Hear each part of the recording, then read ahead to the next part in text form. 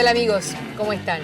Para mí es un gusto este reencuentro, como siempre, y en esta oportunidad vamos a ocuparnos una vez más de un tema para nosotros interesante, para la sociedad preocupante, que está, digamos así, instalado en uno de los temas centrales. Hablamos de las adicciones o de la drogadicción. 140 millones de personas en el mundo son adictas a la marihuana o consumen marihuana. 8 millones de personas en el mundo están dependiendo de la heroína. Algunas cifras simplemente para verlo en cifras grandes, macro. Recientemente la revista Science ha publicado un estudio de unos científicos italianos que hablan de los perjuicios orgánicos y de la dependencia que produce la marihuana en el cerebro del consumidor, cosa que antes no había ningún tipo de prueba científica. Seguramente esto va a producir una serie de nuevos debates en torno a la penalización o despenalización del consumo de drogas. Lo cierto es que nosotros hoy vamos a tratar de poner nuestra atención en lo que sucede en nuestro país en cuanto si ha aumentado el consumo, si no ha aumentado, con qué características, cuál es la vía de abordaje para sobre todo los jóvenes, si ha bajado las franjas de abordaje y de entrada a las adicciones. Pero en primer lugar quiero compartir con todos ustedes esta nota con el doctor Alberto Scavarelli. Él es secretario general de la Junta Nacional de Drogas, es el primer vicepresidente de la Comisión de Estupefacientes de la Organización de Naciones Unidas, ONU. El tema del consumo es un fenómeno en crecimiento en todas partes del mundo. Si bien es cierto de que hoy las políticas vinculadas a la prevención, que es la primera tarea, porque luego viene todo el tema del tratamiento y rehabilitación, está tratando de potencializar justamente un elemento sociológicamente importante, es que los consumidores son siempre los menos en cualquier comunidad, tanto adultos como jóvenes. El esquema más fácil en estos temas está basado normalmente en las grandes campañas públicas, en la comunicación, en esas cosas que generan una gran agitación que no significan necesariamente movimiento. Hoy el país se exhibe con un gran orgullo el hecho de que estén trabajando juntos detrás de este tema, sin divisiones, sin que el tema esté politizado ni ideologizado, una serie de operadores de la comunidad que todos tienen por elemento en común una percepción humanista del problema, entendiendo que detrás del fenómeno del consumo hay un consumidor, que es una persona humana, una persona como todos nosotros, que está inmerso en un proceso complejo, que merece antes que nada apoyo en el sentido más amplio de la palabra. Estamos sintiendo que se ha producido en el país un gran vuelco, y el gran vuelco es una toma de conciencia del problema, pero entendiendo el problema, como dije, como un problema humano, que debe ser encarado con mucha comprensión.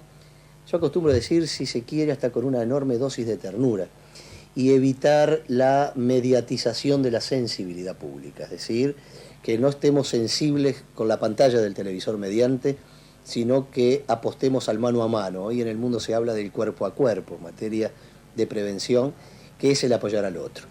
El Uruguay todavía no tiene, felizmente, en el tema de la droga química, en la droga de origen químico o de diseño, un porcentaje importante, sigue viniendo muy lejos y detrás de la marihuana y de la cocaína, para hablar de drogas ilícitas, muy lejos y detrás. Las drogas químicas en general, por definirlas de algún modo, no son de uso frecuente en el país.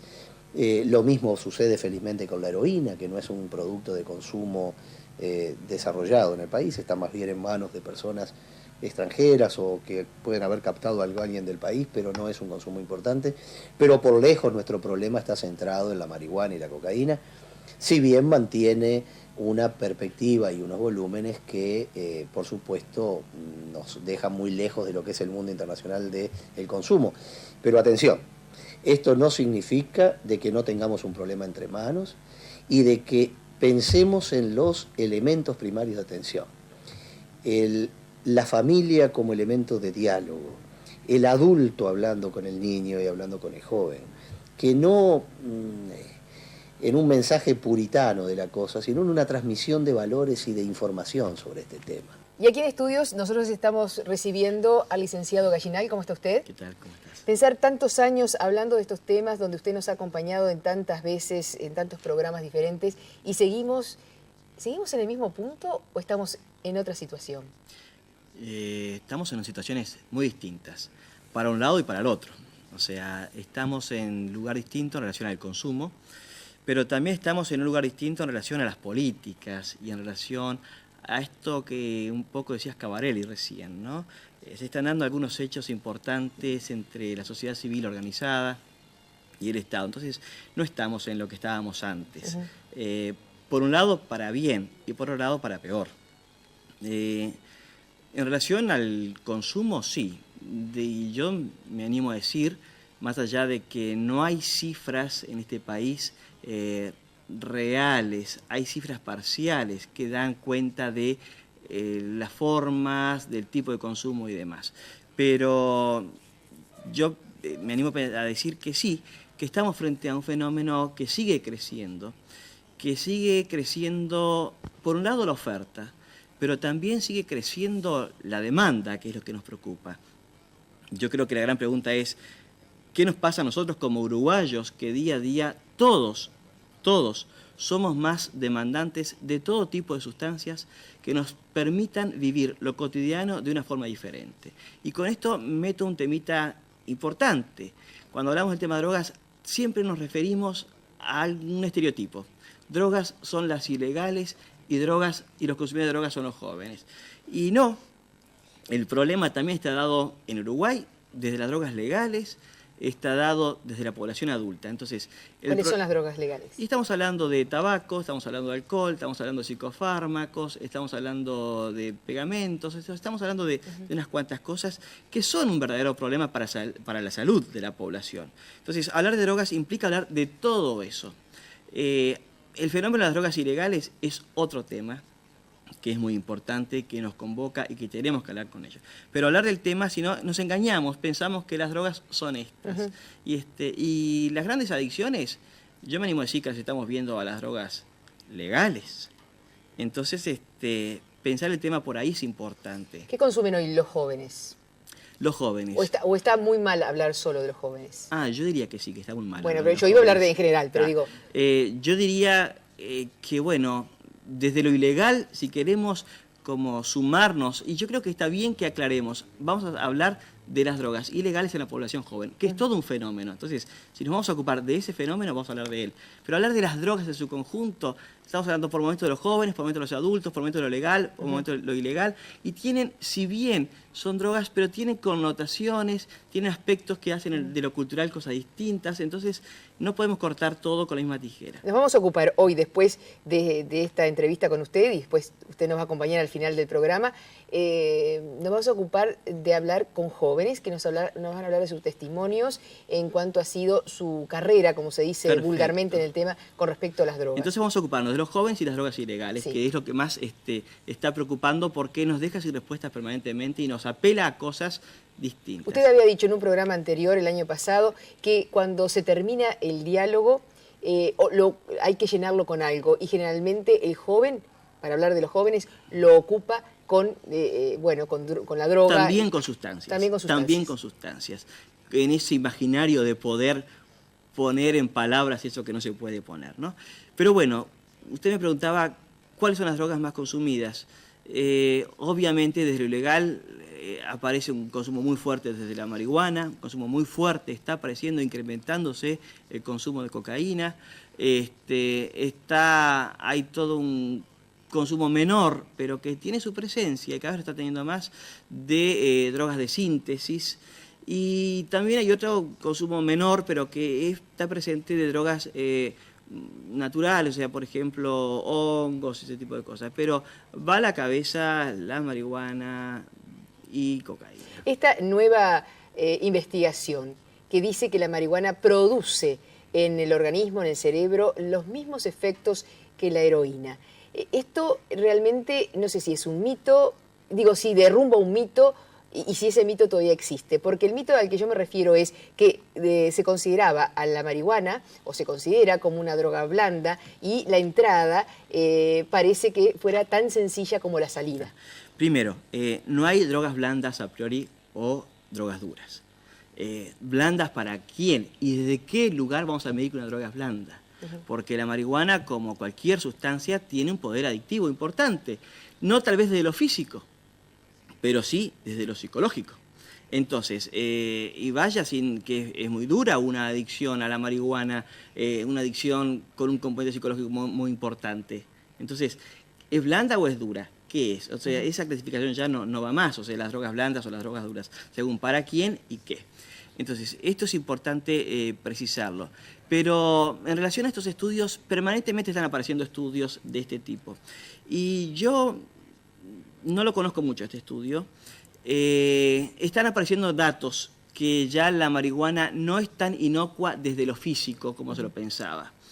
El problema es que muchas veces se han intentado poner en nombre de discursos científicos una cantidad de estereotipos y una cantidad de intencionalidad y de ideología por detrás. Entonces, respaldados en un discurso científico, se dice tal cosa, o se quiere ponerle a la sustancia propiedades que a veces no las tiene, pero de esa forma nos habilita que instrumentemos cierto tipo de campañas, cierto tipo de políticas y demás. Lo que sí es verdad que están apareciendo estudios con mayor precisión y que están empezando a decir, ojo, no es tan inocuo el consumo de marihuana desde lo físico. Desde lo psicológico nunca lo fue inocuo. Nunca lo fue. Porque habla de una dependencia, de una actitud, de una personalidad Justamente, proclive a la dependencia. Porque a la dependencia la establece el individuo. Ese es el vínculo establecido entre la sustancia y el individuo. Entonces, cualquier sustancia es capaz de generar este vínculo de dependencia. Entonces, obviamente, la marihuana está en esta posibilidad. Aquellos que dicen, bueno, el que no consuma ginseng o mate, o café, o té, o alcohol, que tire la primera piedra. ¿Está poniendo en un plano de igualdad a la marihuana? ¿Es lo mismo? No.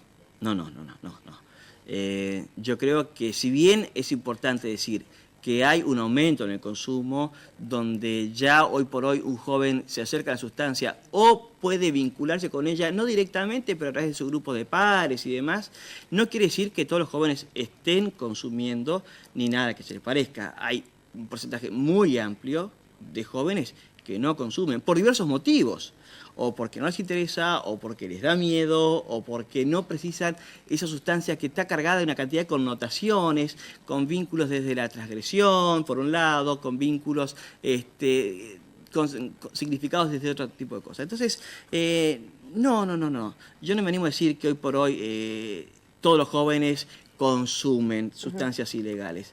Yo me animo a decir, hay un porcentaje importante, considerable, que hay que prestar atención, pero que no es el universo de los jóvenes uruguayos, al menos, y que no es así. No es así. Schiavarelli hablaba de prevención. Sí. ¿Hay políticas de Estado para la prevención? ¿O la prevención se reduce, como él decía, al mayor diálogo, a que la familia acompañe, a que los estamentos educativos acompañen? Bueno, yo creo que hay que hablar de prevención en distintos niveles. Yo creo que debe de haber políticas de Estado en relación a la prevención. Políticas de Estado en relación a todo el tema de salud, a una cantidad de cosas más. Pero al mismo tiempo la prevención no pasa solamente por implementar, por las políticas, por diseñar políticas, sino por implementarlas, y al mismo tiempo la prevención pasa por otros fenómenos que van más allá. O sea, pasa por esa actitud, ¿tá?, de poder pensar en la vida, revisarse, criticarse, cuestionarse, cuestionar, ¿tá?, y poder ver desde qué lugar estamos cada uno de nosotros. O sea, la prevención, como dice la palabra, es prevenir, venir antes. Yo creo que ya a esta altura ya no se viene antes, sino que se viene antes por un lado y al mismo tiempo se está en la situación. Y prevención implica poder pensar en dónde estamos, cuestionarnos dónde estamos, para poder dar respuestas de una mayor integralidad. Tampoco podemos dar respuestas parciales. Pero obviamente que esto tiene que tener todo un marco de políticas de Estado, sin duda. Para finalizar, ¿hay posibilidades de salir de la droga? ¿Desde dónde? ¿Desde un consumidor? Desde un consumidor. Sí. Yo creo que esto es algo positivo. Hasta hace muy poco tiempo se pensaba que no se sale. Sí, se sale, no es fácil, es fácil el entrar, es muy duro el estar y más duro aún el salir. Pero es posible, ¿cómo que no? Si no, no estaríamos trabajando en esto. Vamos a compartir entonces los testimonios de estos jóvenes que, bueno, que accedieron a conversar con nosotros, y yo creo que va a ser muy importante para que usted tome nota y que al final nos acompañe nuevamente para contextualizar todo lo dicho, pero además para compartir estas vivencias que por ser de protagonistas son muy válidas. Con el convencimiento de que es muy difícil salir de las drogas, pero sí se puede. Estamos recibiendo aquí a 4 jóvenes, a Sandra, a Nicolás, a Viviana y a Esteban, que desde distintas experiencias nos van a relatar, nos van a confiar, y por eso les agradecemos muchísimo cuáles fueron las experiencias personales de ustedes. Nicolás, ¿cómo entraste a la droga? Y bueno, entré primero por el alcohol, ¿no? En segundo liceo, tercero, empecé a tomar mucho alcohol, lo que toman todos los jóvenes, ¿no? Un poco por hacerme notar y bueno, porque me vieran más grande. Empecé con el alcohol, con el tabaco y bueno, y después probé marihuana y bueno, y ahí arranqué la carrera, ¿no?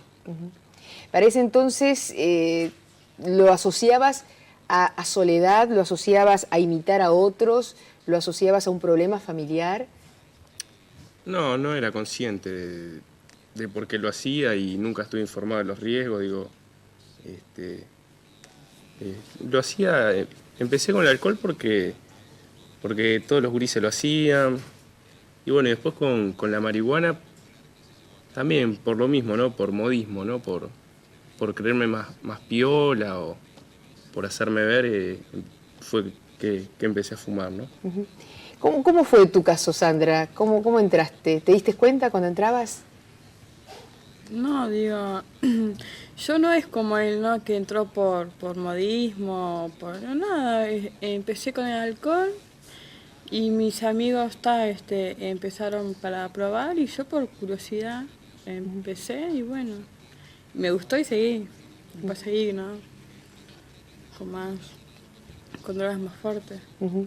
¿Cómo fue la relación, el relacionamiento con tus iguales, con otros amigos que no compartían de pronto esos grupos a los que tú participabas, y la familia? ¿Cómo era cómo te relacionabas? ¿Cómo ibas siendo tu vida con ellos? Y yo empecé de chica, digo. ¿De qué edad? A los 12. Y teníamos un grupo de amigos, una banda éramos, y había otra banda que consumía, ¿no? Y bueno, y para probar, para ver cómo era, qué se sentía, y lo hicimos. ¿Y con tu papá y tu mamá cómo te llevabas? Bien, súper. A pesar de eso. Digo, ellos no se enteraron enseguida, ¿no? Se enteraron después. ¿Y eso no dificultó tu relación con ellos? Un poco, sí. Viviana, ¿y cómo fue en este caso tu historia? ¿Cómo fue el ingreso a la droga? Bueno, yo empiezo a los 14 años. Bueno, yo siempre soy hija única y siempre fui muy protegida, qué sé yo, muy buena alumna, muy buena en todo lo que hacía. Y tenía un grupo de amigos que estaban muy aceptados en mi casa, que en cierta manera llevaban la misma vida que yo. Y como que me empecé a aburrir y empecé a buscar, por lo menos, una personalidad diferente, o que en ese momento tuviera algo un poquito más que ver con lo que Viviana estaba buscando y no tanto con la familia de repente. Entonces, sentimentalmente me relaciono con la persona que en casa sabía no se iba a aceptar, y esa persona consumía. Entonces, el estar con esa persona durante muchísimo tiempo me demandaba a mí cambiar un montón de cosas. Una de ellas fue el empezar a consumir para poder formar parte de su grupo de amigos y del mundo en el que se manejaba. Entonces, ¿empiezas por el alcohol?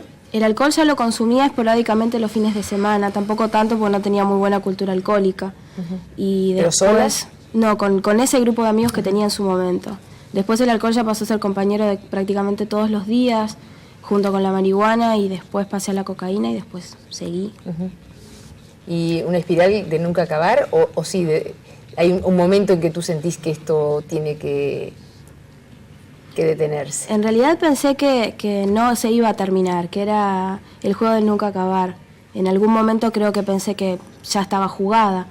Y hay algunos chicos que de repente pueden llegar a rehabilitarse o pueden llegar a salir porque los padres en ese momento se dan cuenta. A mí era muy difícil que se dieran cuenta porque estaba sola, porque yo misma me había alejado de la familia. Entonces tuve que ¿Habías ido a vivir sola? Mis viejos se separan, mi mamá se va a vivir a Buenos Aires, yo ya no vivo más con mis padres. El único referente de familia que me quedaba eran mis abuelos y también me alejo de ellos, como que en cierta manera espanté a todo el mundo al lado mío y me fui lo más lejos que pude a intentar de que no me marcaran de cerca. Y bueno, me tuve que pegar un buen porrazo en febrero del 96 para reaccionar y para de repente asustarme y empezar a replantearme si estaba haciendo bien las cosas. Pero hay salidas y una de las experiencias, nosotros la visitamos, nuestro equipo de producción fue hasta allí, se llama Izcali. Y sobre todo para todos aquellos aspectos que tienen que ver con la reinserción social, con el abandono de lo que nosotros llamamos los viejos esquemas de comportamiento, que como sistema de reeducación, de resocialización, aprender a vivir en comunidades, como empezar a aquello de la familia de nuevo, ¿no? Una comunidad es un grupo de gente que se reúne para salir adelante, ¿no? Y bueno, acá está bueno, porque acá es un grupo de gente que quiere salir todos adelante y digo, cada uno tiene sus diferentes cosas, ¿no?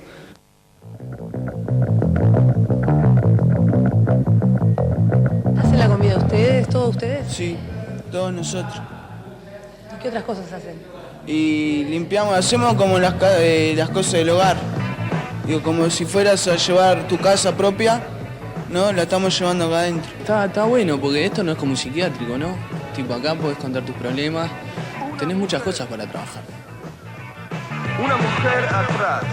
Y acá tenés tai chi, tenés gimnasia, tenés computación, tenés biblioteca si te gusta leer, tenés pila de cosas, un salón de talabartería. Y bueno, y hay muchas cosas para hacer. Después en el tiempo libre, si querés podés ponerte a conversar con tus compañeros, podés hacer muchas cosas. El tiempo es variable según el paciente. Lo que nosotros le pedimos es un tiempo mínimo de un mes, que nos parece que es el tiempo que les lleva a entender un montón de cosas que nosotros proponemos. Ese es el tiempo mínimo. El máximo todavía no lo podemos decir. Mejor no hablar de ciertas cosas. Nosotros lo que tenemos es varios pacientes en prealta. Tenemos un grupo que funciona una vez por semana, que son pacientes que están en prealta, son pacientes que ya están reinsertados en sus trabajos, en sus familias, en su estudio, y que vienen una vez por semana. Pensamos que de mantenerse esa situación un año o dos se puede dar el alta definitiva, pero creemos en el alta. En estos momentos nosotros tenemos unos 14 más o menos internados y un poco menos de 20 que vienen en el sistema del centro diurno. De un vidrio empañado. Esto es un convenio mixto, una parte es el Ministerio de Salud Pública y otra parte es Izcali, que somos un equipo, ¿no? El que allí hablaba era el doctor Freddy da Silva y Esteban pertenece a este grupo. ¿Cómo fue tu historia y cuándo te conectaste con Izcali? ¿Cómo fue tu carrera con la droga? O sea, mi carrera empezó a los 13 años, una manera de desafiar lo nuevo, ¿no? Probando. O sea, también vinculándose un poco, ¿no? Con el círculo para poder parecerse, por llamarlo de alguna manera, ¿no? Y bueno, después empezó el aumento, ¿no? Del consumo, o sea, como decía Nicolás, ¿no? Y ellos que, o sea, empezás probando, viste, de repente marihuana y llega un momento que el cuerpo te pide más, empezás a tapar problemas, hasta que tocas un fondo y decís, hasta acá. Pero claro, o sea, las ilusiones de salir, de repente se tapan un poco por la impotencia, ¿no? De no saber encarar algo nuevo. Y bueno, Izcali llegué hace 6 meses queriendo salir, o sea, ya había tocado el fondo que quería, o sea, no sé si lo quería tocar, ¿no? Pero que me alcanzó para darme ánimos para salir. Porque en este camino, generalmente, cuando ustedes dicen tocar fondo, es porque cosas muy fuertes les han tocado, ¿no? Como robar, mentir, todo ese tipo de cosas para volver a comprar. Y bueno, ¿te acompañó a ti también alguna de estas? Claro, o sea, acciones? la pérdida, se cierran muchas puertas. O sea, conocidos, familiares. Toca mucho desde el punto de vista de la familia también, ¿no? Muchas decepciones. Hasta que llega un momento que te deja todo el mundo de lado. ¿Decepciones tuyas hacia ellos o ellos hacia ti? ¿O tú no te sentías comprendido, en fin? Ahí está, al principio es eso, digo. Primero, o sea, no nos damos cuenta que somos nosotros quienes decepcionamos. Entonces, o sea, nos vamos a entender como que ellos no nos entienden, ¿no? Entonces, bueno, ahí es cuando se empiezan a cerrar las puertas y llega el momento de la desesperación, que te das cuenta que un amigo es por una bolsa y no de repente por un sentimiento, ¿no? Y nos importa más eso que la familia.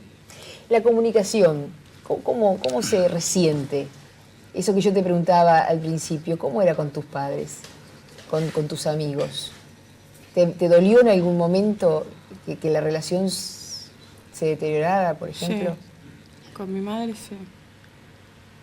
Después yo tengo hermanos que están en la misma que yo, que estaban en la misma que yo.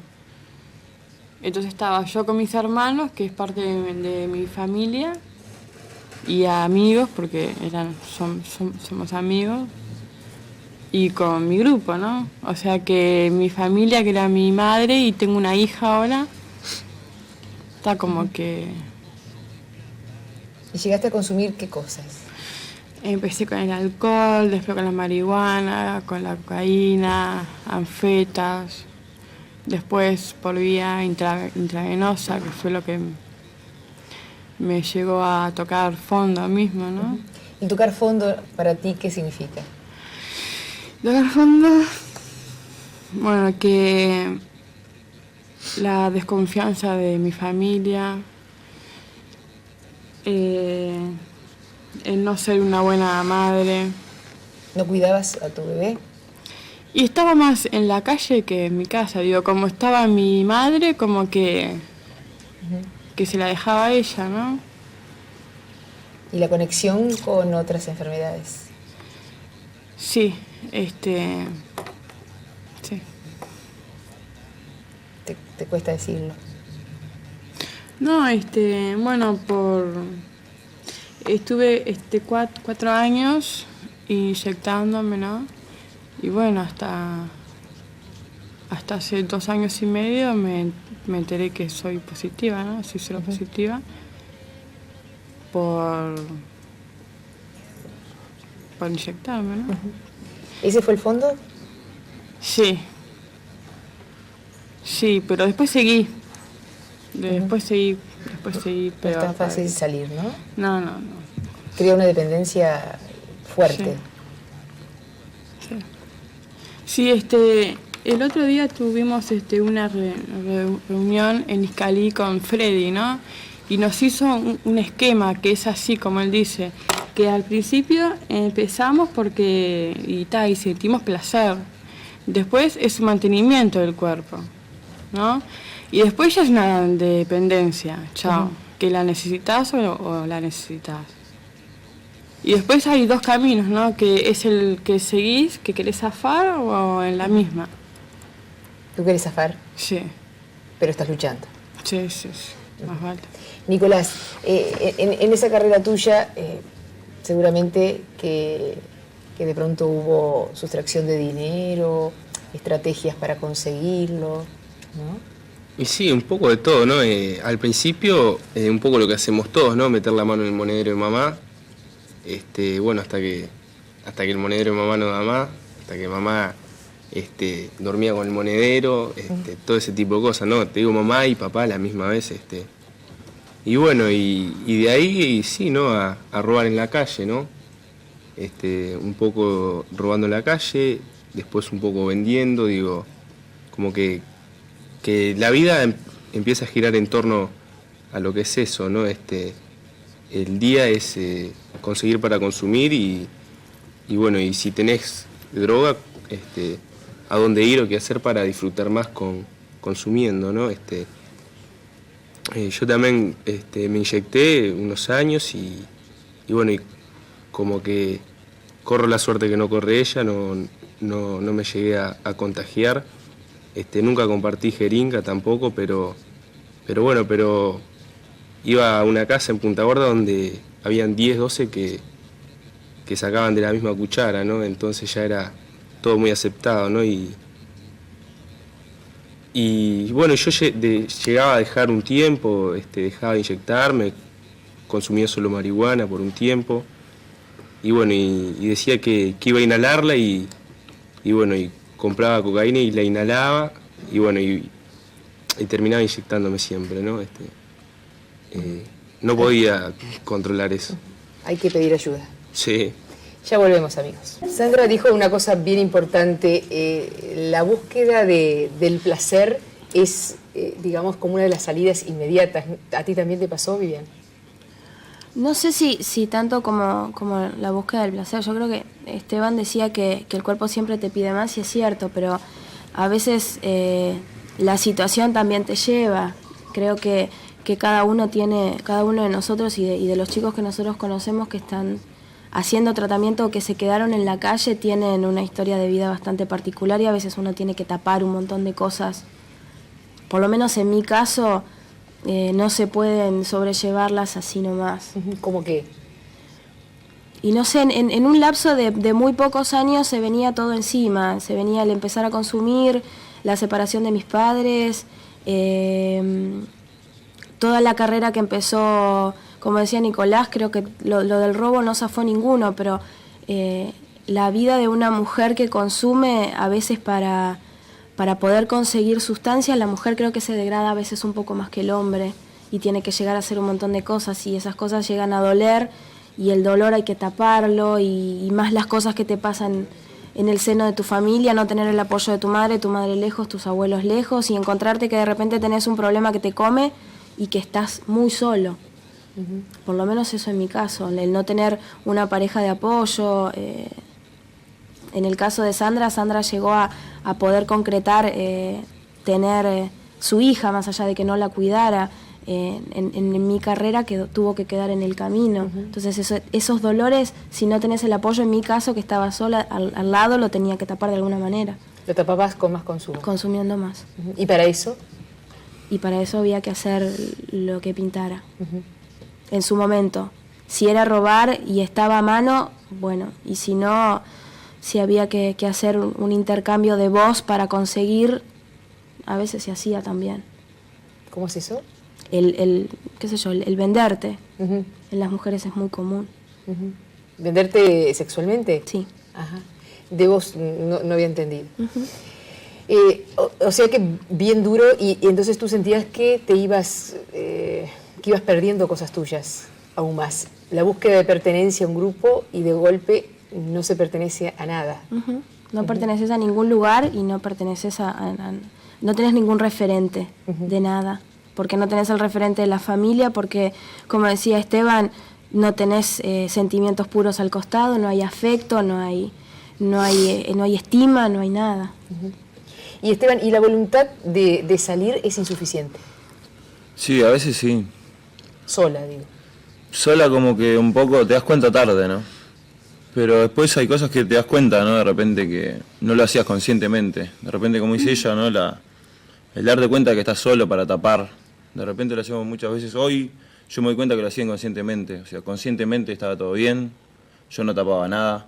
Pero hoy en día, o sea, te das cuenta de que sí, de que realmente querías tapar eso, ¿no? ¿Y en ese momento sentías que podías salir cuando quisieras o ya no? Sí, pienso que sí. O sea, sí, es así. O sea, digo, claro, vos salís y decís, barro, yo hoy consumo, mañana no vuelvo a consumir. ¿Se consigue la droga fácilmente? Se consigue, sí. Pienso que va más allá de que te mudes de repente. Muchas veces se dice, te tenés que mudar. Digo, las direcciones no se olvidan. La gente tampoco, digo. Es como dice ella, con plata o sin plata la puedes conseguir igual. De cualquier manera. Sí. El acceso, digamos, a la droga es voluntario muchas veces, y otras veces hay presión desde los que venden, desde los que disponen de la droga. No sé si de los que venden, pero sí del círculo en el que andes, ¿no? Ahí Presiona. sí de repente presiona un poco, ¿no? Es como decía Nicolás, el modismo, el no sentirte diferente. el querer ser igual al otro, ¿no? Al que te rodea, digo, te lleva a eso. Más allá que la presión del que distribuye, ¿no? En ese caso, Nicolás, la presión del que distribuye, la posibilidad de que la droga está al alcance de la mano y la dificultad de decir que no porque uno está en esa carrera, que es una espiral. Yo sobre eso, la presión siempre lo pensé mucho, ¿no? Y me parece que hay mucha presión social más que... yo siempre lo digo, ¿no? El que llega a la droga fue yo, ¿no? Fui transgrediendo hasta que me quedó transgredir eso. Y bueno, y nadie vino y me dijo tenés que fumar, ni tenés que tomar, ni nada. Yo lo hacía porque quería, digo. Como que hay como... Eso yo siempre remarco, lo del modismo, ¿no? Bueno, desde un grupo musical, un actor... Yo qué sé, siempre hay una imagen de ese desacatado que uno quiere poseer, ¿no? Entonces, por ahí puede venir la presión más que por que vengan y te ofrezcan. Claro que hay, ¿no? Estás en un círculo de gente que no sos consumidor y bueno, y yo mismo impulsaba a mucha gente, ¿no? Dale, no seas careta, fumá, sino que haces acá. Pero como que si tenés el no fuerte, no, hoy por hoy no te das cuenta, ¿no? Que puedes decir que no fácilmente, que vas por la otra vereda, ¿no? Que no cruzás de golpe, que te vas prendiendo lucecitas amarillas para seguir manteniendo de lejos. Y la entrada es así y la salida es dificultosa, ¿no? Sí, hoy cuando decía Gallinal pensaba yo, ¿no? También algo que escuché en un testimonio de un compañero que dijo que entrás por la puerta grande y salís por la cerradura y es así, ¿no? Cuesta mucho, yo me fui 4 veces del tratamiento de la comunidad, bueno, volvía por suerte, pero encontrar, verse a uno, aguantarse, uno no está acostumbrado a vivir con bastones y te sacan los bastones y no te agarras de nada, entonces, bueno, pero por suerte lo pude hacer, ¿no? La conciencia de que digamos que están en recuperación y que está todo, digamos, el andamiaje afuera igual que cuando entraron, o tal vez a veces peor, según las circunstancias. Peor, ¿no? Yo creo que cada día que pasa el que está afuera, como uno, ¿no? Iba cada vez más abajo, ¿no? Yo creo que está peor, ¿no? Yo estando en tratamiento me enteré de bueno, de que un amigo se dio vuelta de sobredosis, que uno murió de SIDA, digo, como que cada día que pasa es peor, ¿no? ¿En algún momento tuviste miedo? ¿Sentiste miedo? ¿A qué? A estar sola, a estar enferma, a estar en... A estar sola no, a estar enferma sí.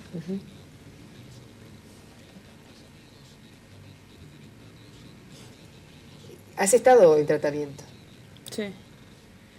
¿No has podido encontrar un tratamiento que te ayude realmente? Sí, y en Iscali estuve 6 meses en Engelmeyer, pero no me sirvió de nada, yo salí peor de ahí. Porque no van al porqué, no, o sea, ahí la terapia es trabajar y ta. En Iscali no, en Iscali se forman grupos, hablas de los problemas, de por qué te drogaste, al por qué, ¿no? Digo, y es un grupo lindo. El tema de decir no es tan fácil, ¿verdad? No, el decir no es fácil. Lo que pasa es que hay que hacerlo, ¿no? Hay que poder. ¿De qué depende? Y de nosotros mismos. De lo que pongamos nosotros, ¿no? ¿Te parece así a ti? No sé, por lo menos para mí el decir que no fue muy fácil. En realidad, cuando vos decías de darse cuenta, yo necesité un pozo para darme cuenta. Y en ese momento que no había nadie al costado, dije, bueno, yo voy a poder, y yo sola voy a poder. Y fueron un par de meses en que estaba entre topezones, que podía y que no me podía alejar de esa gente, que si bien podía dejar de consumir drogas, el alcohol no podía. Y Y Las entonces recaídas, ¿no? cuando empecé otra vez a relacionarme con esa misma gente y empecé a tener todo cerca, ahí fue cuando me empecé a plantear si yo iba a poder decir que no. Y me di cuenta que no, que otra vez me estaban superando los problemas y otra vez estaba empezando a caer y tuve que pedir una mano y tuve que volver a acercarme a la familia y tuve que volver para atrás 6 años y tuve que volver a explicar el porqué de los últimos 3 años, qué había pasado con Viviana esos 3 años. El dar una explicación de por qué nadie le vio la cara y el por qué pasaron un montón de cosas, que no era porque la adolescencia marcó independencia y me veían vestida de cierta manera porque la moda marcaba así, aunque sí marcara así, o porque era rebeldía, o porque mis cambios de humor, o porque un montón de cosas hubo que explicarlas.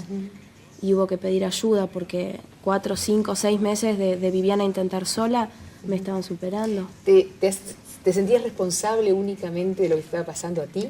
Como dice momento, Nicolás, sí. a mí nadie me empujó. En ese momento sí. O sea, a mí verdaderamente nadie me puso un arma en la sien y me dijo, consumí. Si después seguí, de repente hubo un montón de factores que no me ayudaron a salir. Eso sí puede ser que en mi bolso de culpas haya pequeñas cositas de los demás. Pero sí es cierto, es como dice Nicolás, yo empecé a consumir y empecé yo. El haber seguido o el haber aumentado o el haber llegado hasta donde llegué, de repente alguien tenga un poco de condimento, pero de arranque eso es mío. Como que te expones, ¿no? Después que entraste, yo qué sé, después que te sacaste el miedo al primer porro, o sea, yo también fumé a los 14 años, los 13 años, por ahí empecé a fumar y después que te sacás el miedo, como que bueno, que estás un tiempo diciendo, no, yo cocaína nunca voy a tomar. Así estoy bárbaro, y bueno, y después como que algo diferente tiene que haber. Como Pero que a su vez no es un desafío que sienten.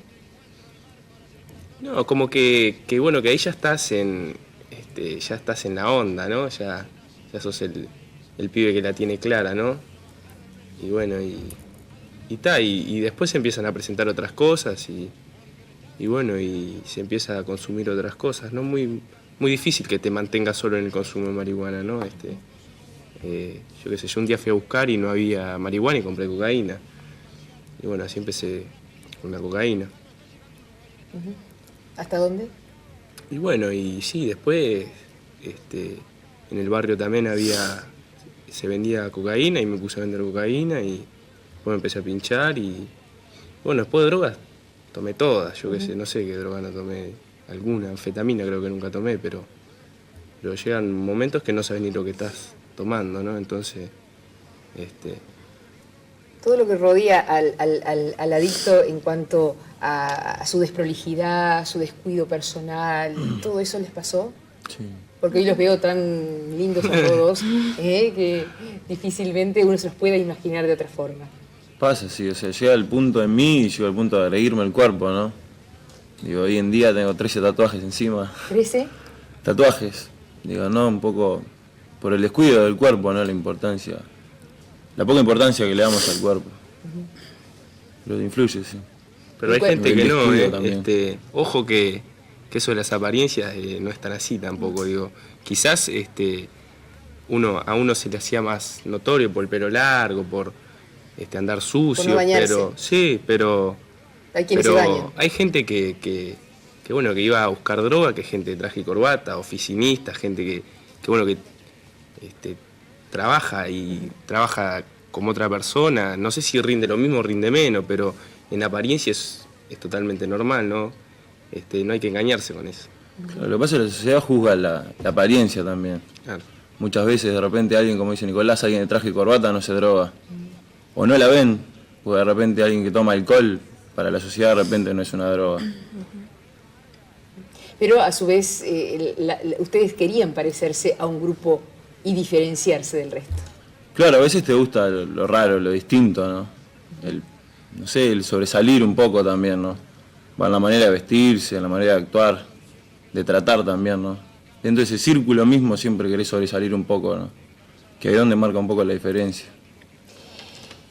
Vamos a compartir ahora este compacto en Fundación por la Vida. Allí están la psicóloga Virginia Gil y Eduardo Cruz, que es un exadicto. Nosotros ofrecemos como fundación 3 tipos de tratamiento: ambulatorio, hospital de día e internación, según el grado de consumo que ha hecho. Si ha abusado de una sustancia una persona, bueno, ya se hace internación, que es en Piriápolis. Acá también lo que se ofrecen son en el grupo para padres, ¿sí? A la par que los chicos hacen el tratamiento, los papás, las familias o las personas significativas para el chico que hace el tratamiento también va a ser un proceso. Bueno, acá mi función es de recibir a aquellos chicos que vienen a hacer las primeras consultas, las primeras entrevistas, que vienen a pedir ayuda, ¿verdad? Tanto los chicos como sus familias. Primero generalmente vienen los padres o algún amigo o familiar de la persona por la que consultan. En la segunda entrevista recién viene la persona porque se le dan una serie de indicaciones a la familia de cómo manejarse para que puedan convencer a la persona de que necesita ayuda y que venga. Y en las entrevistas se hace un diagnóstico de la persona de cuál sería el tratamiento más indicado, si ambulatorio, hospital de día o internación. El chico adicto por lo general siempre tiende a a manipular mucho, ¿verdad? A mentir, a ser deshonesto y bueno, son todas las actitudes negativas, ¿verdad? Con que a veces un psicólogo que no está capacitado o preparado, no puede detectar, ¿verdad? Entonces nos sentamos del mismo lado, de la misma manera y bueno, acá no es de frente las cosas como decimos nosotros, ¿verdad? Yo digo, si me mentís no ganas nada, entonces si querés que te ayude, bueno, empecemos a hablar.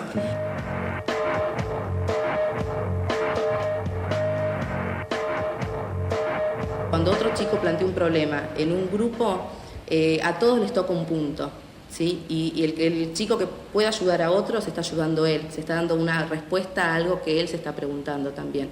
Funcionan como espejos.